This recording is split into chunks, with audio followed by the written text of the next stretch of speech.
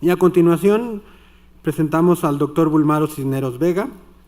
El doctor Cisneros Vega obtuvo el grado de doctor en ciencias, se desempeña como profesor titular en el Departamento de Genética y Biología Molecular del Centro de Investigación y de Estudios Avanzados del Instituto Politécnico Nacional en México.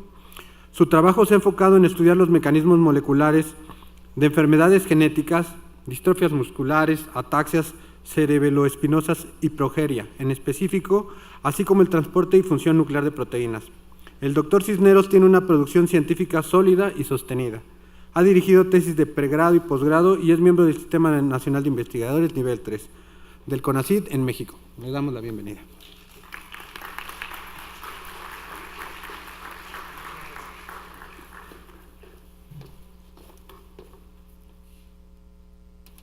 ¿Dónde le cambió? Avanzar y está.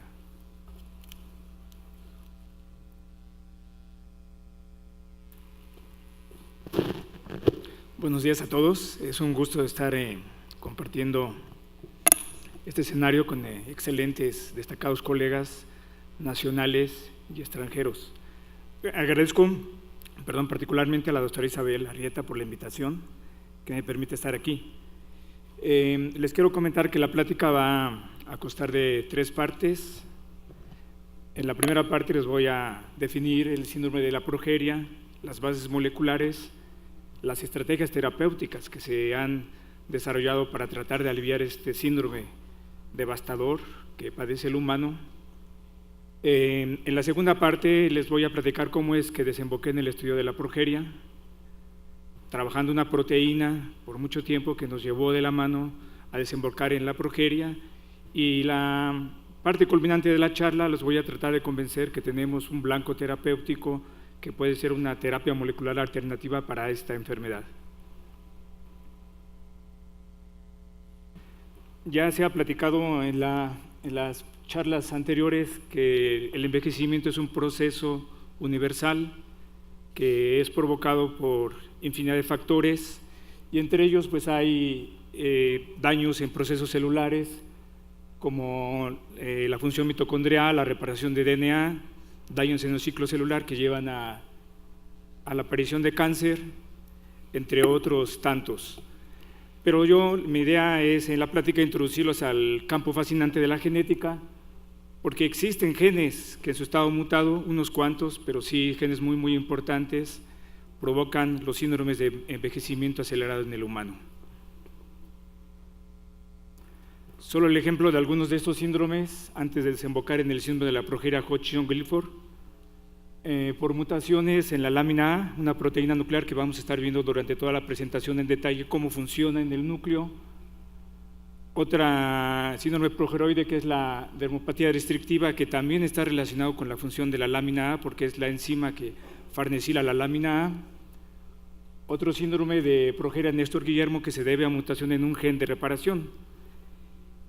Y todo esto como antesala para hablar ahora sí de la progeria Hodgkin-Gilford, que como ven ustedes aquí la foto, y todo el mundo hemos visto en algún momento en la tele, en alguna noticia, el fenotipo de estos pacientes, que muestra el aspecto de una persona envejecida. Durante su tiempo de vida es alrededor de 15 años.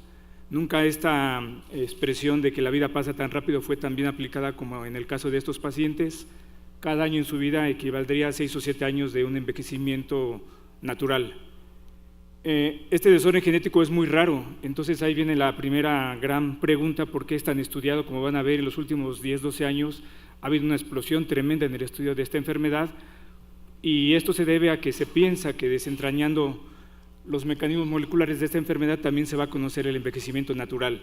Van a ver ustedes que las alteraciones moleculares que tienen las células de estos pacientes son las mismas que ocurren en el envejecimiento natural. Entonces la incidencia es una de 8 millones en el mundo, por lo que el número de pacientes es tan reducido que los ensayos clínicos se han complicado tremendamente. Es una mutación espontánea, puntual. También es interesante que les comente que una sola mutación puntual en el gen de la lámina A provoca esta enfermedad dramática, y lo más interesante todavía es que es una mutación silenciosa, de no ser porque afecta a la maduración del transcrito de este gen. El fenotipo de los pacientes es estatura baja, tienen alopecia, piel delgada con manchas, osteoporosis, arteriosclerosis, miopía, etcétera. Todas las características que también se presentan en los individuos ancianos. Ya les comentaba de la esperanza de vida. Entonces, conociendo un poco del gen de la lámina A, aquí vemos, está compuesto por 12 exones, los dominios de la proteína.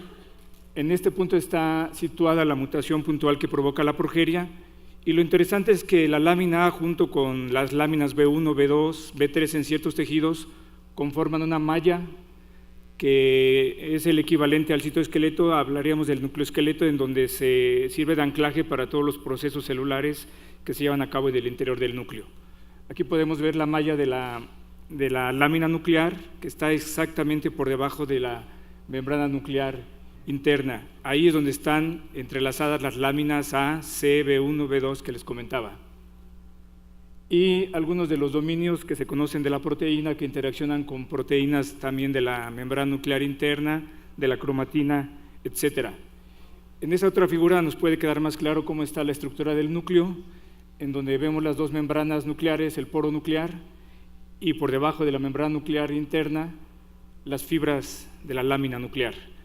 La lámina nuclear interacciona con cromatina, interacciona con proteínas de la membrana nuclear interna como heberina, MAN1, LAB1, etcétera. También contacta a su vez con proteínas que permite del anclaje del citoesqueleto con el núcleo y a su vez con la membrana plasmática. Ahora el concepto más extendido es que la célula responde por esta conexión desde la matriz extracelular, pasando por la membrana plasmática, todo el citoesqueleto y al interior del núcleo por medio de todas esas proteínas entrelazadoras. Entonces, el concepto que quiero dejarles claro es que estas láminas, específicamente la lámina que vamos a estar platicando, controla toda la infinidad de procesos nucleares que vamos a estar platicando. ¿Por qué ocurre entonces el síndrome de la progeria? ¿Cuál es la base molecular? De manera normal, aquí hay un splicing entre el exón 11 y el exón 12 que permite después la formación de la proteína, que sufre pasos de maduración complejos en donde se farnesila una cisteína del extremo carboxilo terminal. Después viene eliminación de 3 aminoácidos, una carboximetilación de la misma cisteína, y finalmente una protasa Z24 elimina todo el extremo final carboxilo para dejar fuera de la molécula la cisteína farnesilada. En la siguiente transparencia vamos a ver por qué es necesario que se farnesile la lámina A y después por qué se tiene que remover para que la proteína sea madura y funcional. En el caso de la progeria, la mutación silenciosa, a pesar de que no debía afectar la producción de la proteína ni cambiar un solo aminoácido, provoca que se despierte un splicing críptico y ahora haya un ensamblaje anómalo entre el exón 11 y el exón 12 que provoca la eliminación de 150 nucleótidos y por ende de 50 aminoácidos. Viene la maduración parecida a la lámina A silvestre, pero debido a que los aminoácidos que hacen falta son precisamente los que reconoce la proteasa Z24, la progerina, que es el nombre que se le da a la lámina A mutante por su relación con la enfermedad, queda farnesilada permanentemente. Esa es la gran diferencia entre la molécula silvestre y la molécula mutada.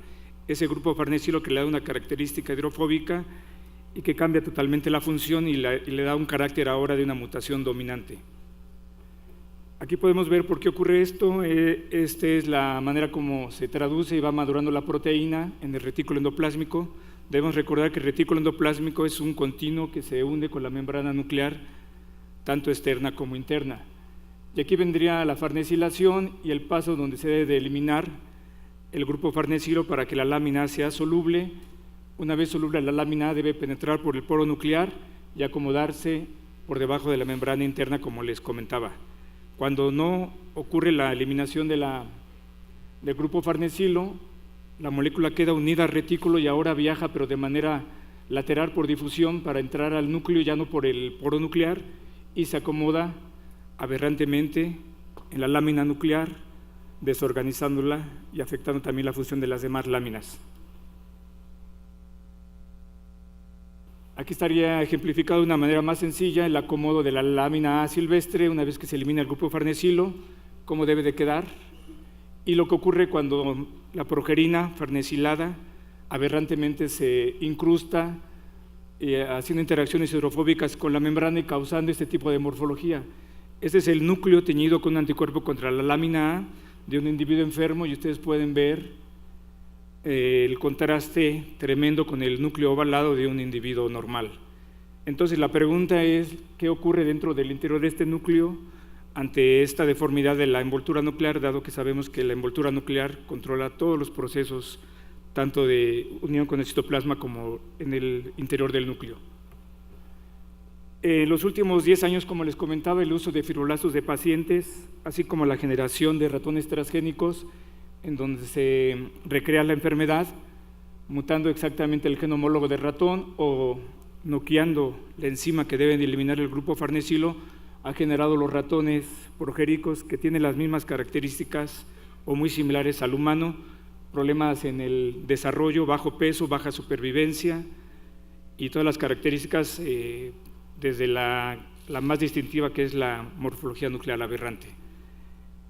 Entonces el estudio de estos modelos ha llevado al campo al estado del arte actual, en donde se sabe que la progerina, por permanecer farnesilada, daña todos los mecanismos que están también dañados en el envejecimiento natural. La replicación del DNA está dañada, la reparación de DNA ya no funciona correctamente, hay acortamiento de telómeros acelerado, cambia la expresión de genes, hay deslocalización de los factores de transcripción, microRNAs empiezan a hacer funciones también aberrantes, nuevas, problemas también en la autofagia, en la función de la mitocondria, la producción de especies reactivas de oxígeno, etcétera, etcétera.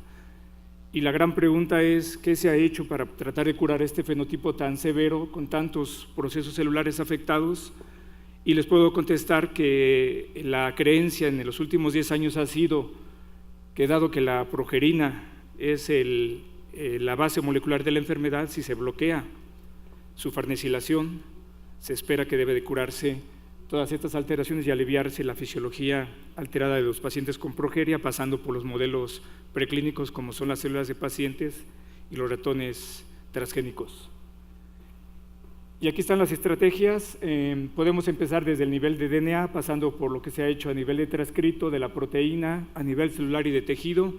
Y aquí está una franja que nos dice qué tan específico es el tratamiento. Y se puede pensar en terapias desde el inicio, en donde está la mutación en el gen, ahora con las herramientas que tenemos para editar el genoma. Pero esta tecnología todavía está lejana porque tendríamos que tomar células de pacientes, desdiferenciarlas, curarles la mutación, hacer la edición genética, después llevarlas a los diferentes tipos celulares y regresarlas al paciente por un trasplante autólogo, algo que todavía se ve muy lejano. A nivel de RNA se han creado moléculas antisentido que hacen que el splicing aberrante críptico se pueda evitar o también eliminar con RNAs interferentes al transcrito mutado. Desgraciadamente, al mandar este tipo de estrategias también se daña el transcrito del gen silvestre, por lo que ha sido inespecífica este tipo de estrategias. Aquí es donde más se ha desarrollado, se han identificado moléculas que pueden bloquear la farnesilación de la progerina, como estas estatinas, biosfonatos, y también se ha demostrado que la rapamicina, al alterar la vía de mTOR, provoca por medio de autofagia una degradación más acelerada de la progerina.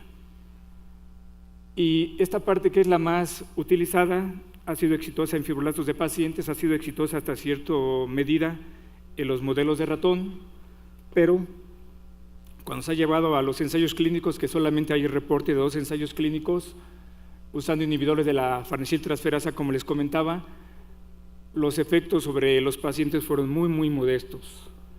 Una ligera ganancia de peso, una ligera mejora en las arterias, y desgraciadamente solo hubo desesperanzadamente un aumento de 1.6 años en la expectativa de vida de los pacientes tratados. En este estudio se demostró que hay otra vía metabólica que sigue farnesilando a la progerina, y ahora hay un ensayo en curso en donde se trata de utilizar la combinación de 2 inhibidores que actúan a diferente nivel de toda la vía metabólica que farnesila a la progerina, para tratar de eliminar primero las aberraciones nucleares y después empezar a buscar todos los procesos celulares si ahora pueden tener éxito. Y este ensayo clínico todavía está en curso. Entonces, en el estado de arte de esta enfermedad, revisando los últimos trabajos, queda en el aire la idea de que debe haber un cambio de paradigma de estudio en esta enfermedad, que la idea sostenida por mucho tiempo de que la farnesilación de la progerina es la base molecular única, queda ya en el aire que puede haber un cambio y que no es la única solución. Entonces, el planteamiento ahora, después de este desarrollo de los 10 años que les comentaba, en donde desde la identificación de la mutación, pasando por el desarrollo de los transgénicos y todas las pruebas que han llegado a la fase clínica o se han quedado en la fase clínica en el ratón, queda aquí abierta la posibilidad de que se pueda desarrollar terapias alternativas. Pero una terapia alternativa debe estar en la orden de jerarquización arriba de todos los procesos celulares que se desencadenan en la progeria. Aquí se los voy a enumerar: el acortamiento de telómeros, la disfunción mitocondrial, pérdida de heterocromatina perinuclear, senescencia celular, daño al DNA, estrés nucleolar. Tendríamos que encontrar un proceso celular que estuviera arriba de todos estos mecanismos moleculares para que pudiéramos hablar de una terapia o de una estrategia terapéutica prometedora. Y entonces, en esta parte les voy a platicar el estudio de una proteína que nos llevó a encontrar su implicación en la terapia, y esta proteína a la vez nos encaminó a encontrar un proceso celular fundamental que está alterado en la progeria. Lo que no está descrito en la literatura, es la primera vez que se demuestra que este proceso celular está alterado, y es precisamente este proceso celular que les voy a platicar que queremos usar como blanco terapéutico. Por más de 10 años en el laboratorio he trabajado esta proteína, conocida con el nombre de beta-distolicano, que tiene que ver con diversas distrofias musculares. Esta proteína, descrita en la membrana plasmática del laboratorio, demostramos que puede tener un tráfico intracelular por medio de una secuencia de localización nuclear, entrar al núcleo, asociarse con proteínas nucleares y por medio de reconocimiento de una señal de soporte nuclear puede regresar al citoplasma. Este tráfico bidireccional permite que los niveles de la proteína se controlen en ambos compartimentos porque es una proteína multifuncional que funciona en ambas regiones de la célula. Entonces, cuando empezamos a estudiar qué hace en el núcleo, empezamos con la idea de encontrar con qué proteínas localiza, con qué proteínas asocia para así poder tener una predicción de su función, y encontramos que se ubica, está aquí en rojo teñida con un anticuerpo y luego contra el beta-distolicano y revelado con un anticuerpo secundario unido a un fluoróforo y luego analizado por microscopía confocal, y el núcleo teñido con DAPI.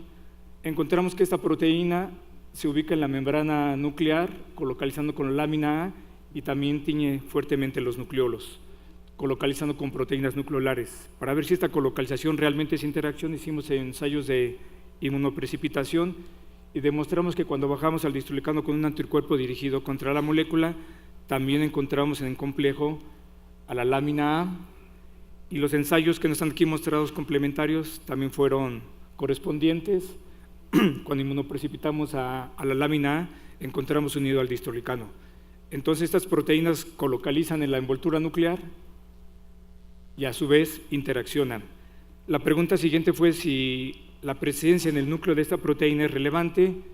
Para eso hicimos un knockdown de la proteína utilizando un RNA interferente, bajamos los niveles del distolicano y después nos preguntamos qué le pasa a las células que tienen bajos niveles de la proteína, y de manera sorprendente, como ustedes pueden ver, la deficiencia del distolicano recrea las alteraciones de la progeria.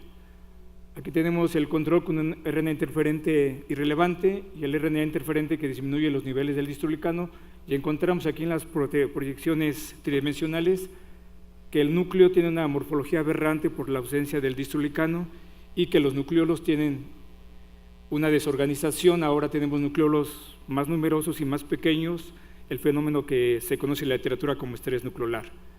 La medición ya definida nos demostró que los nucleolos son más numerosos cuando se eliminan los niveles del distolicano y que ahora tienen un volumen menor. Ante este escenario, sabiendo que hay una interacción del distolicano con la lámina A en la envoltura nuclear, la siguiente pregunta que nos planteamos es si tiene que ver con una enfermedad como ya les he platicado, asociada a la lámina A, que es la progeria de Hutchinson-Gilford. Para eso usamos en primera instancia el modelo ya conocidos, fibroblastos primarios tomados de pacientes y comparados con fibroblastos de una persona control, una persona sana, y nos preguntamos cómo está la expresión y cómo está la distribución del distroglicano en estas células. Como ustedes pueden ver, los hallazgos fueron sorprendentes. Esta es la tinción normal del distroglicano, está en toda la célula, en el citoplasma, en el interior del núcleo y tiñendo los nucleolos. Aquí está la contratinción con una proteína nucleolar, el DAPI en azul y la lámina A en magenta.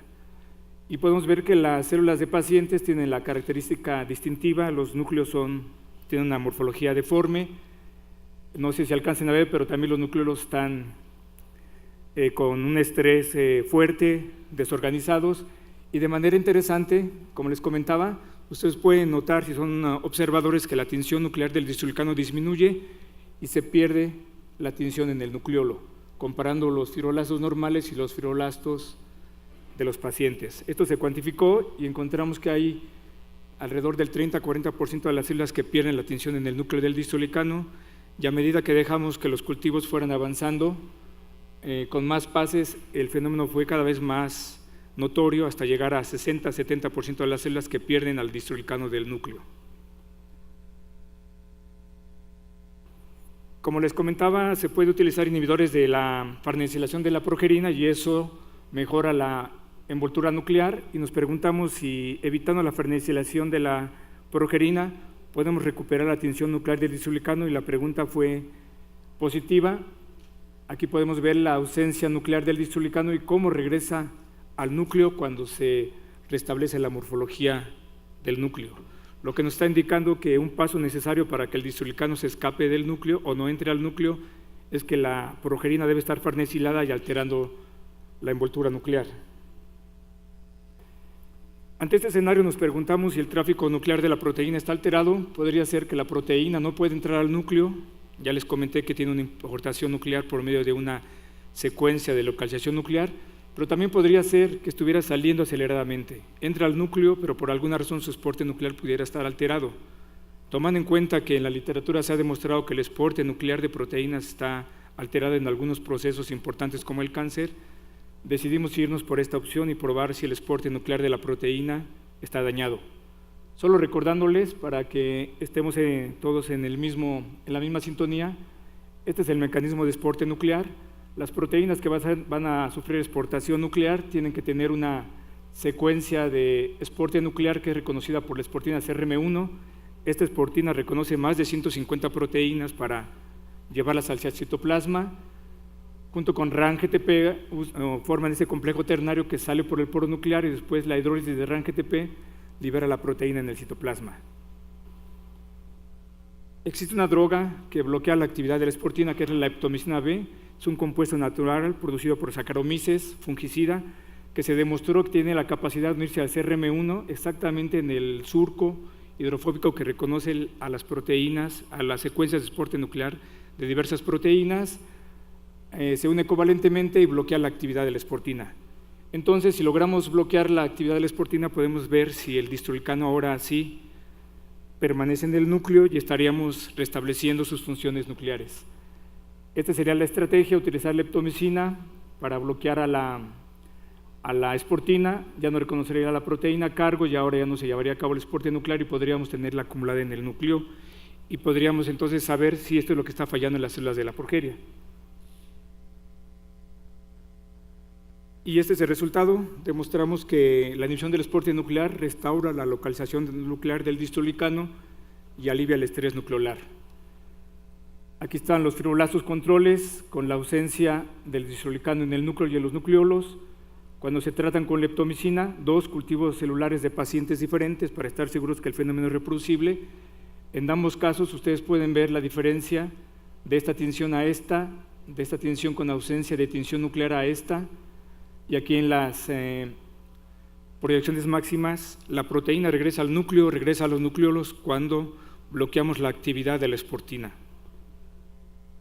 Y si son observadores, también los nucleolos que están aquí disgregados recuperan su morfología, ahora son más grandes y con una mejor tinción, lo que nos habla de que esta proteína nucleolar, que es B23, también puede ser que esté aumentando sus niveles que estaban disminuidos en la condición de la progeria.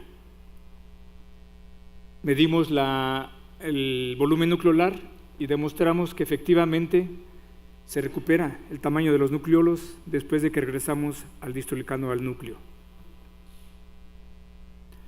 La siguiente pregunta es ¿por qué está exacerbado el exporte del distroglicano si es un mecanismo general que sufre la célula? La predicción era que la exportina CRM1 tiene una actividad exacerbada, nos fuimos a medir sus niveles por fluorescencia, por RT-PCR cuantitativo y por un Western blot, y en los tres casos, como ustedes pueden ver, hay una mayor intensidad en la fluorescencia de la exportina en las células de progeria, hay mayores niveles de RNA, niveles significativamente más altos, y también hay niveles de proteína mayores en las células de progeria comparadas con los fibroblastos de un individuo sano. La proteína tiene niveles más altos debido a la expresión de la progerina. Estamos suponiendo que está alterando su expresión a nivel del promotor del CRM1, lo que estamos apenas en curso de probar en el laboratorio. Entonces, si tenemos estos niveles alterados de la exportina, debe haber muchas proteínas que estén alteradas en su distribución núcleo-citoplasma, dado que esta exportina controla la distribución subcelular, como les comentaba, de más 150 proteínas. Y antes de eso quisimos recrear la enfermedad en otro modelo celular. Si de veras la progerina es la que está causando todo este problema, si la llevamos y la sobreexpresamos en células GILA, tendría que presentarnos el mismo fenómeno, un incremento de los niveles de la exportina y un escape nuclear del distroglicano y un estrés nucleolar. Y aquí está la demostración. Construimos vectores de unión de la lámina A GFP o de la progerina a GFP, y aquí están las células transfectadas, en donde podemos ver que entre más se expresa la progerina, más deformes están los núcleos. En las células más deformes no vemos tinción del distroglicano en el interior del núcleo, lo que sí se observa en las células que están transfectadas con la lámina A silvestre, y también hay un daño sobre la proteína nuclear B23 que se puede observar aquí, en donde cuesta trabajo ubicar la tinción de los nucleolos. Entonces recreamos estas características sobreexpresando la progerina, lo que nos habla que es precisamente la progerina la que está causando un incremento de CRM1, un incremento del distroglicano, que es curioso, hay más distroglicano, pero no está ya en el núcleo por este exporte acelerado. También vimos que los niveles de B23 se aumentan ligeramente en el modelo de células GILA, que es una contraparte que corresponde con lo que ocurre en los fibroblastos de progeria. Entonces llegamos a este cuestionamiento en donde la proteóstasis se ve alterada debido al exporte acelerado de proteínas. Ahora va a haber carencia de proteínas nucleares. También es dañino que algunas proteínas estén en exceso en el citoplasma. Un caso muy claro es P53, que causa daño mitocondrial cuando está en exceso en el citoplasma. Y usando un inhibidor, el planteamiento es que podemos regresar a las proteínas al núcleo. Entonces empezamos a probar diferentes proteínas para probar nuestra hipótesis. Aquí está un factor de transcripción y ocurre exactamente lo mismo. En los fibroblastos controles es una proteína que debe estar abundantemente expresada o localizada en el núcleo. Lo que ocurre en los fibroblastos de progeria, como ustedes ven aquí, hay ya una localización citoplasmática que nos habla que hay un transporte, un escape hacia el citoplasma por un transporte, por una exportación nuclear exacerbada, y cuando tratamos con la optomicina logramos que regresen al núcleo en los niveles similares a lo que ocurre en los fibroblastos de un individuo sano. Seguimos probando proteínas, hemos probado hasta el momento más de 10 proteínas, y en todos los casos encontramos el mismo fenómeno: proteína que está en el núcleo. En los fibroblastos de progeria ahora su distribución cambia hacia el citoplasma. Cuando inhibimos el exporte nuclear la regresamos nuevamente al núcleo.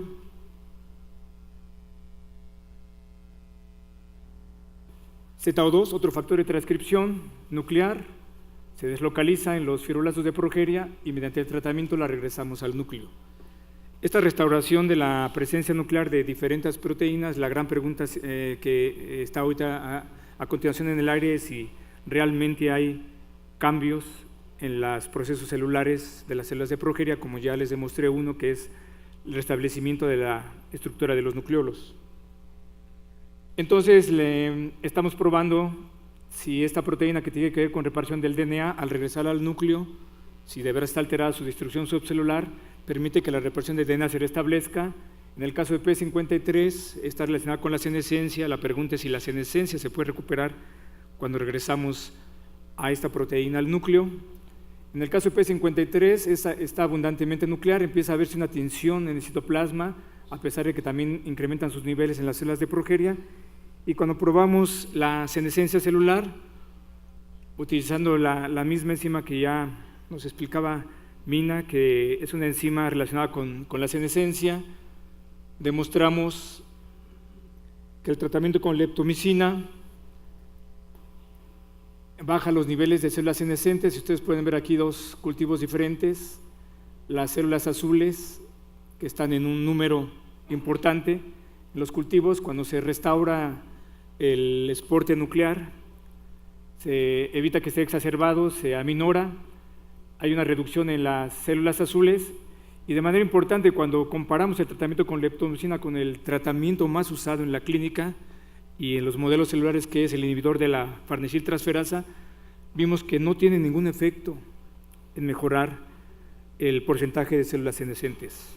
Esta ya de entrada es una ventaja del tratamiento con leptomicina versus el tratamiento con el inhibidor de la farnesiltransferasa. Esta es la proteína que les comentaba, que tiene que ver con reparación de DNA. También está ahora deslocalizada hacia el citoplasma en los dos cultivos celulares, y está en curso la pregunta si hay una mejora en la reparación de DNA después del tratamiento con leptomicina. Entonces, la relevancia del esporte nuclear exacerbado y que podemos corregir mediante moduladores de la actividad de la esportina queda de manifiesto en esta transparencia.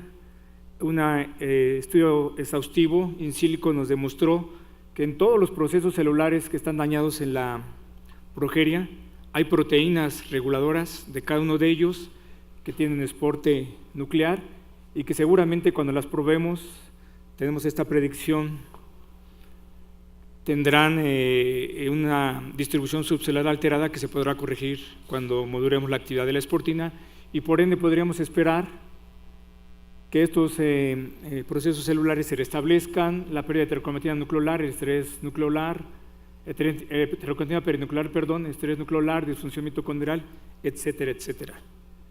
Estamos en la fase de probar preclínicamente en los fibroblastos de pacientes cada uno de estos procesos, y obviamente es importante hacer el comentario de que el uso de inhibidores de la esportina podría dejarnos una situación que también sería dañina para la célula, ahora acumular en exceso a las proteínas en el núcleo y provocar una ausencia, una carencia de ellas en el citoplasma, también nos llevaría a algunos procesos celulares alterados. Por lo tanto, estamos pensando utilizar un análogo de leptomicina que ya se ha utilizado clínicamente, que es de la familia de los compuestos sintéticos KPT, que a diferencia de la leptomicina tiene una estructura mucho más sencilla, y su unión sobre los surcos activos de la esportina CRM1, como ustedes ven aquí, es menos extendida. La leptomicina utiliza 4 de los 5 surcos hidrofóbicos que tiene la esportina y se une covalentemente de manera obviamente irreversible, y estos compuestos KPT solo ocupan 3 de los 5 surcos y su unión es reversible, por lo que creemos que podría ser una modulación que nos permita regresar a los niveles nucleares, pero no caer a la situación opuesta, donde ahora tengamos una acumulación anormal de proteínas en el núcleo. ¿Cuál es la perspectiva que tenemos una vez que esté probado en los modelos celulares que hay un buen número de fenómenos, procesos celulares corregidos? Pues sería saltar a probar la terapia preclínicamente en un organismo que sería el ratón progeroide, en donde afortunadamente para estudios de cáncer ya se ha probado la farmacocinética de los compuestos KPT. En este caso el más usado es KPT 330, se puede dar oralmente, se sabe mucho el tiempo que tarda en la célula, cómo se tolera, la manera como les mostraba, cómo está inhibiendo a la esportina, de tal manera que podríamos tanto a nivel celular analizar los fenómenos que les he estado platicando, y en el ratón transgénico hay muchos procesos celulares, fisiológicos que se pueden estudiar. Hay una baja supervivencia, por lo tanto esperaremos que la supervivencia aumentara. Todos los tejidos tienen un bajo de peso, hay pérdida de grasa subcutánea, fracturas espontáneas de las costillas, etcétera, etcétera. De tal manera que un tratamiento por semanas podríamos después empezar a medir estas características fisiológicas y a largo plazo podríamos tener la idea clara si hemos llegado a una terapia emergente para aliviar la progeria. Los agradecimientos, hemos colaborado con el doctor Steve Winder de la Universidad de Sheffield y en el laboratorio principalmente Ruth Rodríguez, Marco Laredo, estudiantes de doctorado, Griselda Vélez, Nelly Alamillo, también estudiantes recientes de doctorado, y el estudiante de maestría Jan García Aguirre han sido los responsables, los que han ejecutado la mayoría de los experimentos que les he platicado. Muchas gracias.